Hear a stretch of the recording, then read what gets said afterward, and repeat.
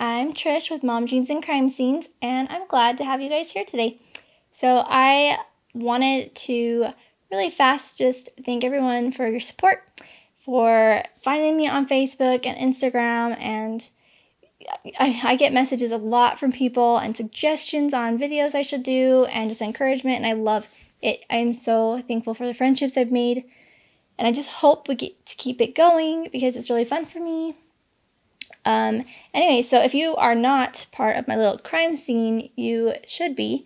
So definitely subscribe to the channel if you're feeling it. Like the video if you thought it was good.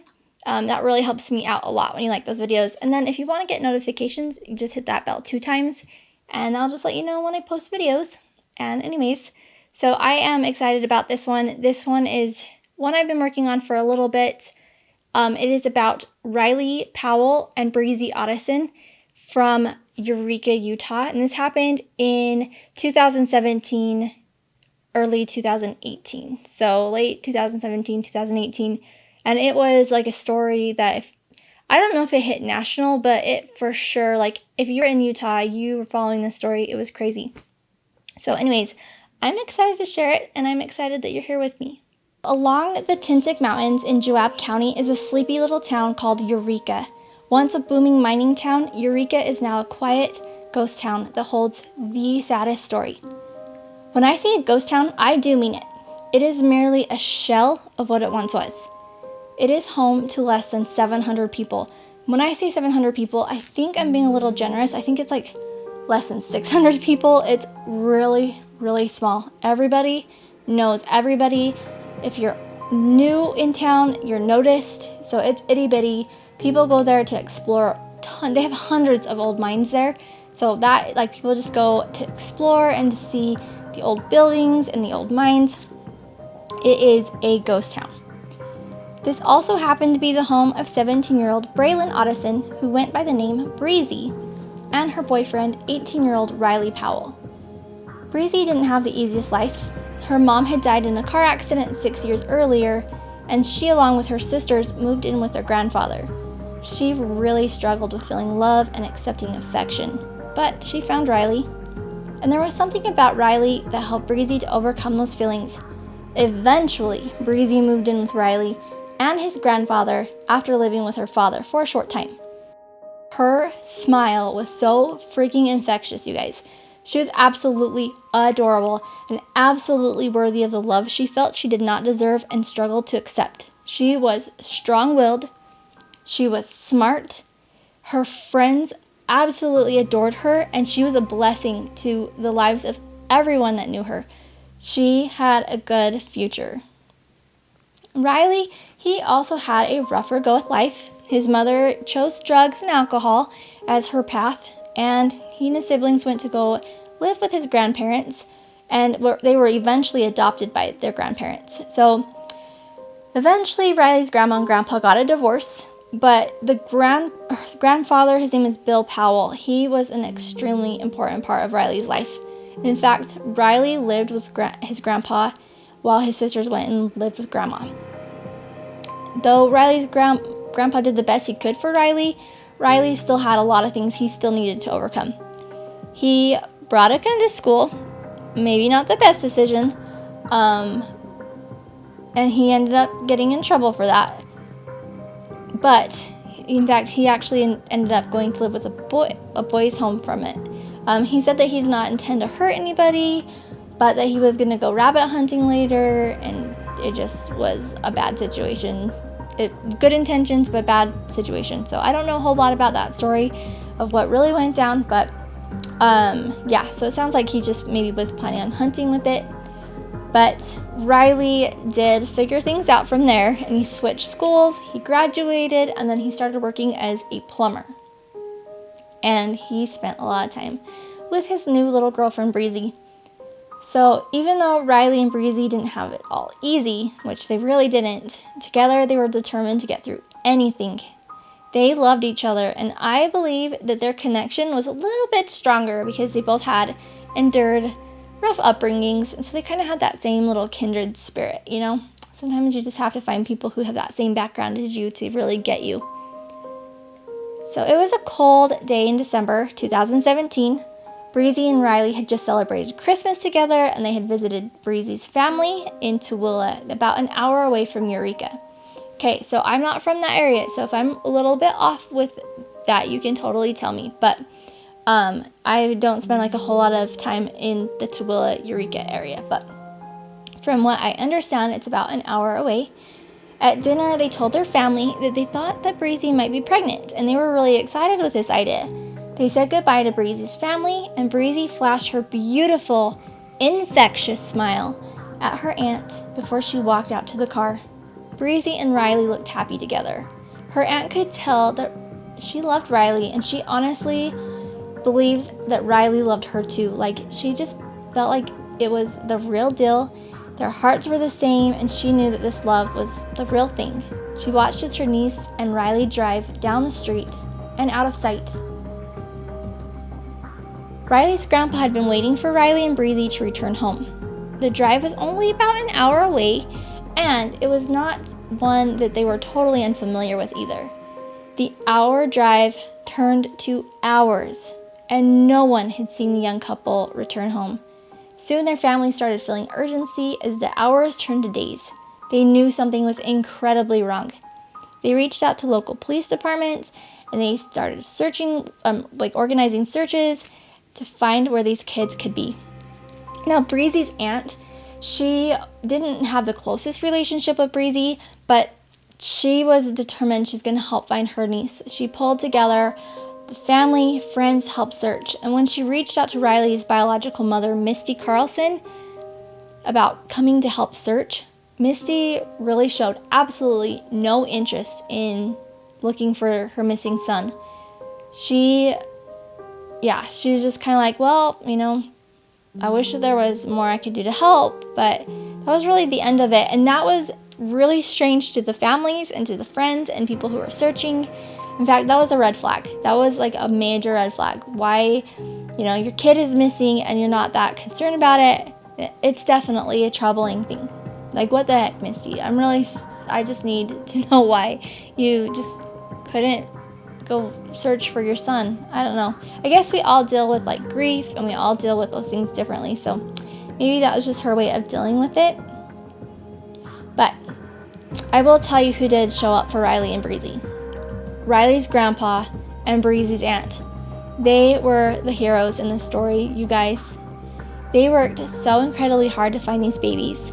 In an interview I saw with Breezy's aunt, I'll try to find it and link it, but she talks about how she wasn't necessarily close to Breezy, which I kind of, talked about a second ago, but it was in the search that she grew close to Breezy, and the love for her grew.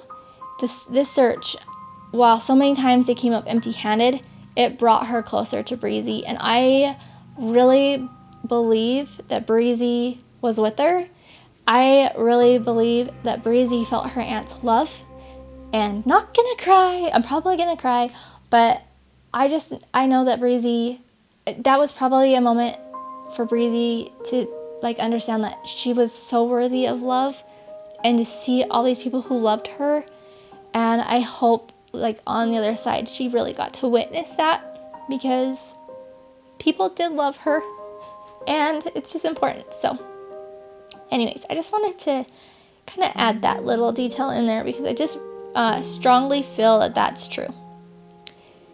So the Utah Off-Road Recovery Team, the Flying Cowboys, Tooele Search and Rescue, Juab Search and Rescue, and hundreds of volunteers covered a ton of land, and days after starting the search, the crews were still coming back empty-handed. I mean, they were flying it was the craziest search, and they just weren't finding anything. And like I said, there's hundreds of abandoned mine shafts around Eureka and a lot of land to cover. So they really were just trying to cover their bases as best as they could. There was no sign of Riley and Breezy. So the focus shifted really on finding Riley's blue Jeep Cherokee. They really felt like if they could find that Jeep, they would be able to better piece together what happened to these kids. So after days and days of searching for this Jeep, the Cherokee was located near Cherry Creek Reservoir. Now, Cherry Creek is it's just really strange that that's where it was found. We'll get to that. So this was the same Jeep that Riley drives. Law enforcement, they felt like this discovery was exactly what was needed. They felt like this would kind of lead them to the teens now. The car was found on a back road, and the windows had been cracked down, and it had 2 flat tires. At this point, with the media, with everything, everyone believes that the teens ran into some kind of car trouble. Maybe they were joyriding, who knows, but they ran into some kind of car trouble and with their flat tire, and they tried to walk home or walk to find help. Now, if they would have tried to walk home, I was doing a little bit of research. Cherry Creek Reservoir is 22 miles from their home. That's like a 7-hour walk if they were to try to walk. And I don't know, like, in between, like, how easy or how trafficked that area is. Trafficked? I don't know. How well trafficked? Is that the right word? But anyways, I don't know how many people, they would run across trying to make that trip. So it was really concerning. It's wintertime. It's been days. They would have had to walk a long, long time before they found help. So when the story first broke, there were rumors that a note was left saying that they had run into car trouble and that they were on foot looking for help. I searched around a little bit more to see if I could find more information about that, and I could not. But it was a rumor about them that I had seen everywhere. So I just was not finding articles about it. So if you happen to come across something, totally link it, because I know I'm not crazy. I really did read that there was some kind of a note possibly left behind saying they were looking for help. So, it's one of those things that you hope the teens really left on foot, kind of, even though it's probably not going to turn out great, but, you just don't want to think that somebody would purposely harm them. But, having them be on foot in winter and being missing that long, that doesn't seem very promising of an outcome either. So I think that desperation to find the teens loomed heavy in the air at this point. They just knew that these kids were probably in big trouble. Search teams gathered around the area the Jeep was found. Dogs were used to try to pick up the scent of the missing teens. They even used cadaver dogs, but the dogs could not find even a hint of Riley and Breezy anywhere on that road. So that was a little concerning. Investigators really believed that if the teens set out on foot, they would be on this road, and there's no scent of them. So the media and people following this case started to believe that this was a case of 2 kids who went missing while walking to get help. Maybe the elements got them. It was winter. It was cold. There were even, the rumors about the notes. And they've searched around, and they're really not able to verify anything. Like they're just not sure. Nobody saw the teens walking, so nobody's seeing anything. So after further inspection of the Jeep, law enforcement realized the flat tires were actually the result of somebody purposely slashing them. The cuts were perfect, and they believe the tires were meant to throw investigators off. They also found a piece of camouflage toe strap on the Jeep. So this suggested to them that the Jeep had been towed to that location and probably not driven there. But by who? It was now obvious that Riley and Breezy had never been to this location and were definitely victims of foul play. What could have happened to these cute teens who had the entire world in front of them? Who could ever want to hurt them? And would they ever be able to solve this mystery? Search after search, nothing turned up. No Riley, no Breezy, no answers. Law enforcement went to talk to Riley's biological mom, Misty Carlson, in Eureka. Now remember, Misty is the one that did not want to go help search. While she and her mother's boyfriend were all willing, her mother and her mother's boyfriend, they were all willing to go talk to investigators. They were cooperative. But Misty's then boyfriend, Lee Shepard, well, he was a different story. He did not seem to have any interest in talking to investigators or cooperating. Of course, according to him, he was willing to talk to them, but they just kept catching him at a bad time. His behavior definitely raised red flags for law enforcement.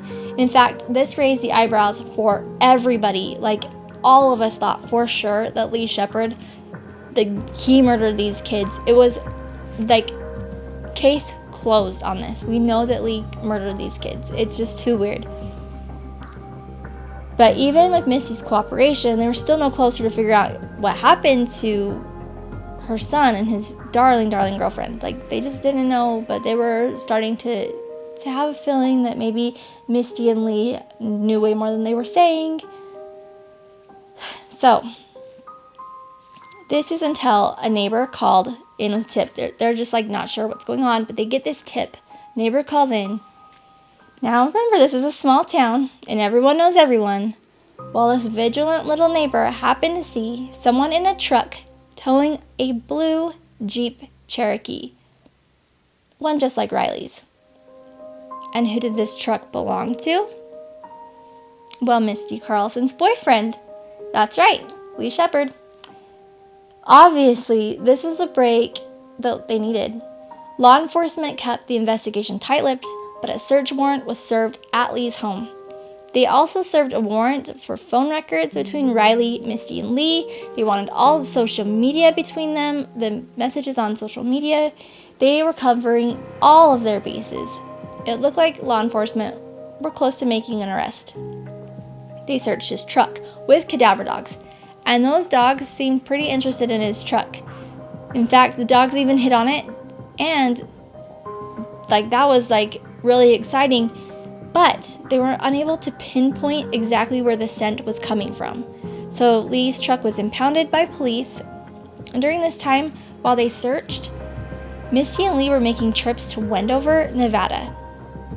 This did not sit well with anybody following the case. What the hell? People were kind of pissed. Misty and Lee were more interested in the party life, the gamble life, than finding Misty's son, than cooperating with police. It was just really strange. I just can't. What mother goes and parties when their child is missing? I mean, this does kind of sound familiar, but actually things weren't really going so well in Wendover after all. It wasn't all parties and fun like everyone had thought. And in fact, Misty actually had tried to commit suicide, and she ended up in the hospital. But Lee was acting all kinds of weird while she was in the hospital. First off, he refused to give identification. What? That's super weird. And I would say some would believe that he was acting guilty of something terrible. But yeah, he was just, after his car was impounded, people said that he started just being really, really bizarre, acting super duper guilty. I don't know, what was he worried that law enforcement might find? So I think the cherry on top of all of this, and I guess you could say cherry on top, there was a tow strap in Lee's truck. And wouldn't you know it, it was the exact kind of tow strap that was found on Riley's truck. Bingo, they got their guy, right?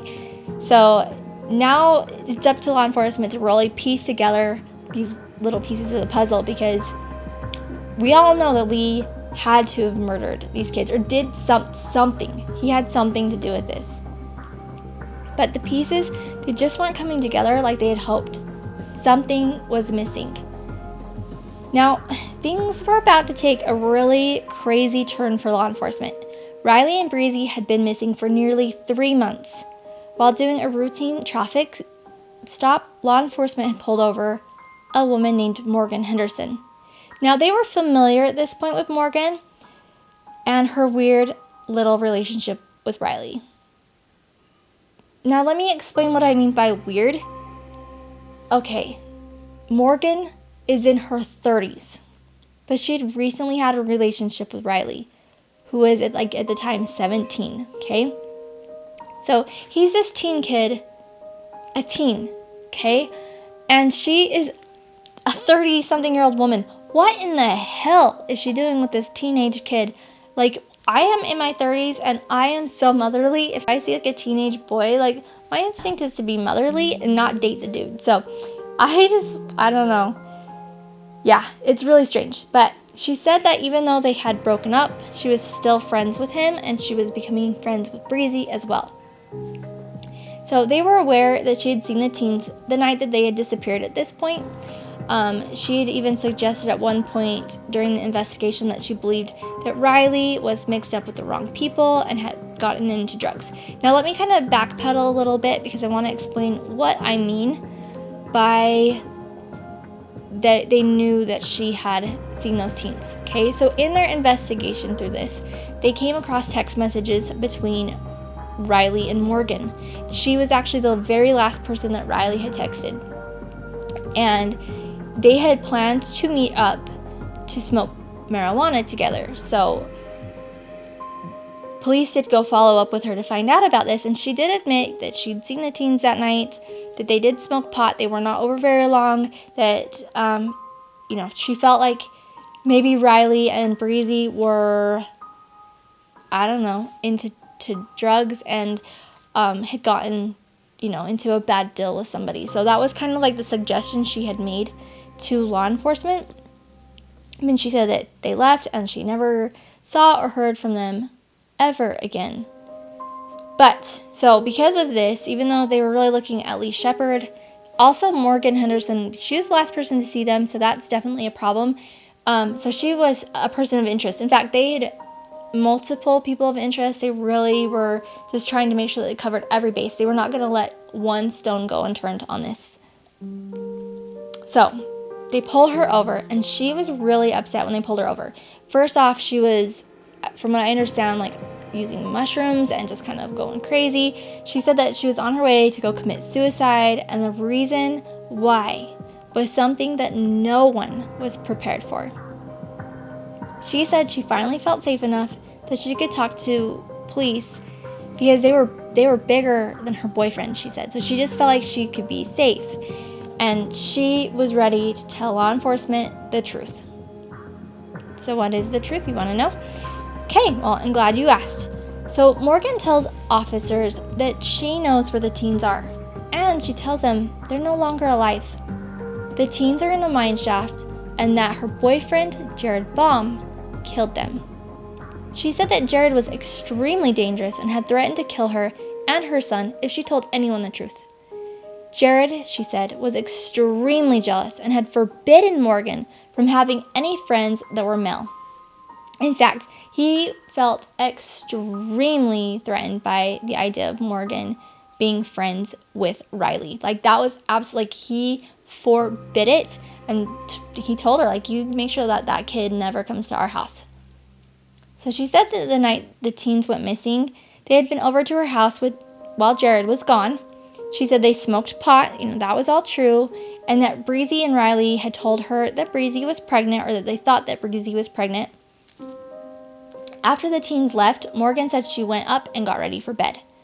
That is when Jared returned home, and he was like freaking mad. He was so upset, and he was really like kind of in a rage, and he told Morgan, hey, like, I am so mad that you had those teens over. You lied, you had them over, you disobeyed. He told her that, he was like extremely upset with her. So he grabbed some black gloves. He forced her to come outside to go for a ride so that they could talk. When she walked out on this chilly December night, she saw Riley's Jeep. And I'm sure that probably made her feel a little sick. Jared made her get into the Jeep, and she saw Riley and Breezy in the back. The two were very quiet and very scared. Morgan was the most scared she said she'd ever been. She knew that something bad was happening and that they were really in big trouble. Jared, however, on this drive, he was really calm. He was being charming. He was acting different. And this was chilling to Morgan, as he was out of control angry when he pulled her out to the Jeep. He drove them to the remote location on a private property at a mine shaft that most locals are pretty familiar with. He pulled the teens and Morgan out of the Jeep. He congratulated Breezy. He was almost gentlemanlike to Breezy on her pregnancy. He was calm. But they were about to find out that this was the calm before the storm. He had all three of them sit on their knees, execution style. And at this point, so Morgan knows he has knives, but now she's like, does he also have a gun? Like, she was sure that maybe he was going to shoot him in the back of the head or something, because it was like an execution style the way that they were sitting. He grabbed Riley and he started to punch him over and over and over in front of his young girlfriend. Jared had gone from a gentleman into a complete rage, and it was terrifying. The sound coming from Riley did not sound good at all, and he kept crying that he was dying. It wasn't until Jared stopped that they could see that what they thought were punches were actually stabbing. Like it was Jared stabbing Riley over and over with a knife. He had stabbed this poor kid to death in the most violent, personal way. The guy had just stabbed and punched Riley at least 30 times. Then he told Riley goodbye before he viciously threw Riley's body into the dark mine. Breezy was obviously hysterical over what she had just been forced to witness. The cold in the air was nothing compared to the chill she felt when she looked Jared Baum in the eyes. She pleaded with him to let her live. She reminded him that she was pregnant. She wanted him to give her mercy. He kneeled down by her and whispered, "It's okay, darling." And that is when he quietly slit her throat, picked her up, and tossed her into the mine shaft. Morgan said he was gentle with Breezy. I'm not exactly sure how you can viciously murder someone and then throw their body into a mine shaft and call that being gentle. But I guess in his mind and in her mind, he was giving Breezy more mercy than Riley. Jared then turned his attention to Morgan. He wanted to make sure that she was paying attention to the message he was giving her. He would not tolerate men being with her, and absolutely no men in their home under any circumstances. This was the only time he would show her any mercy. It would be the last time he allowed her to live if she did it again. And he said he did not feel guilt for murdering Riley. However, he did feel sorry that he had to kill Breezy, who he referred to as an innocent.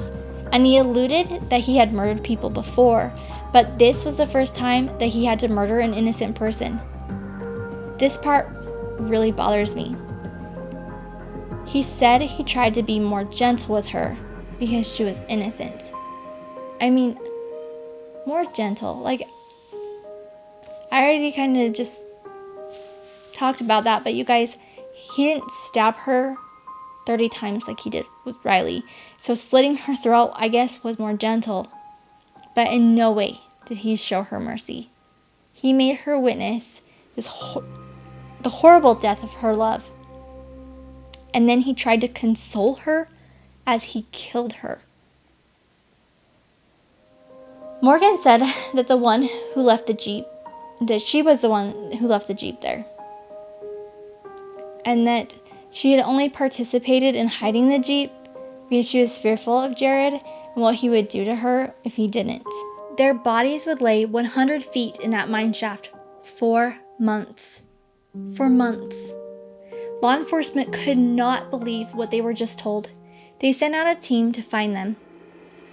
I think that they felt like it was unlikely they would be able to recover their bodies. This was a really deep and dangerous mine. It was actually one that they had planned to search eventually because they knew this would be the one that you would throw a body in. But it was on private property, so searching the mine was a little bit trickier of a thing. It was really maybe the best that the kids were not discovered during those searches. I mean, how terrible for their families to have to find these poor kids in that condition. Like, I think that if they had, I don't know. I just think that would have been a horrible way to discover them.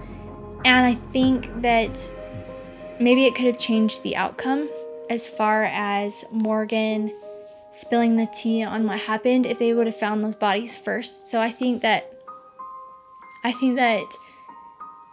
it was a blessing in a way that they did not find those bodies before Morgan told them, because that would have just been horrible for their family, especially if maybe they would have been on scene when they were searching it. So I don't know. I don't think that there's blessings at all in this whole thing, but if we have to find something, you know, that might be it.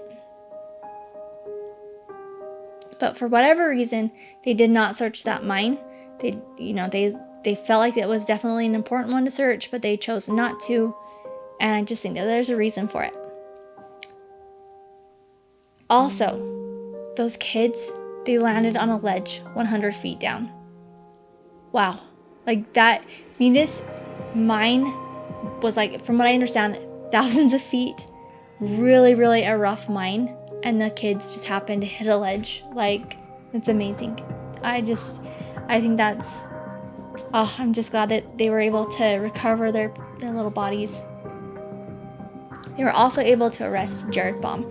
From what I understand, Jared is actually already in jail, so they were just going to charge him for these murders, but he was already in jail for something unrelated.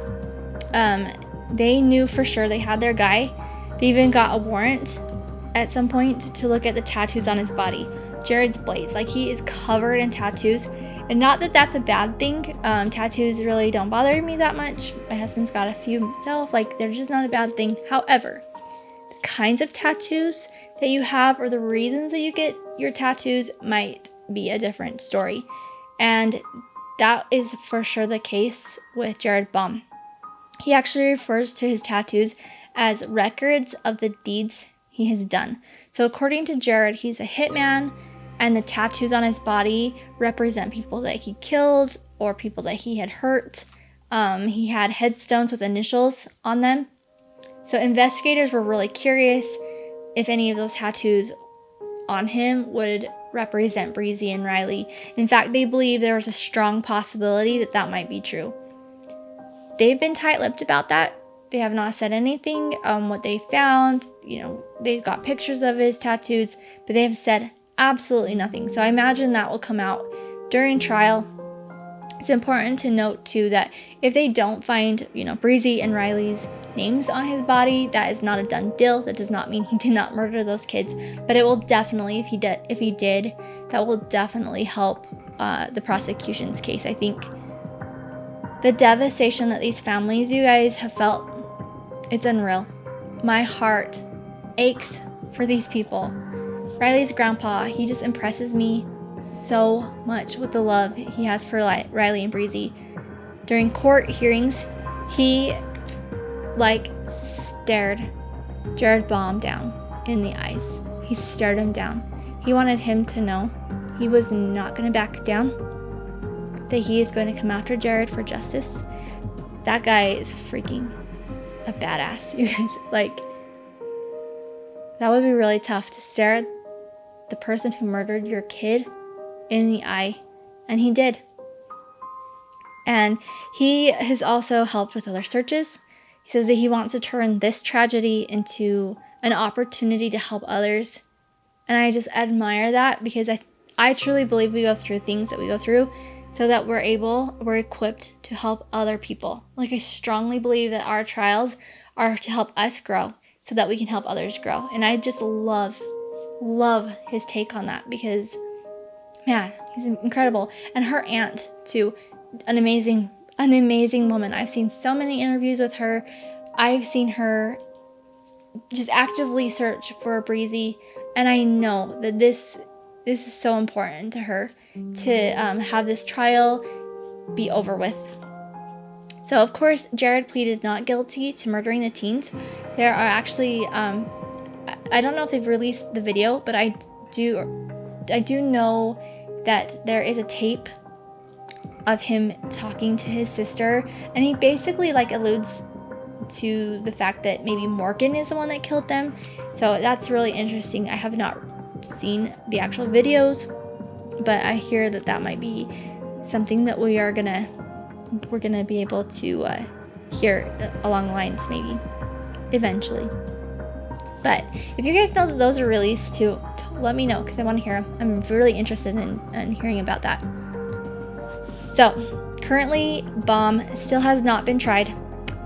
His trial date was set for March of this year. In fact, I've been really following their page. They've got a page. It's a Justice for Riley and Breezy. I will link it down because it's a really great Facebook page to follow. And so they are actively, they're posting all the time. They're really keeping people in the know of what's going on. They also help with other people who go missing. Like, their page it serves the community really well. So they were so excited. This is a capital murder. They are just ready to get this over with.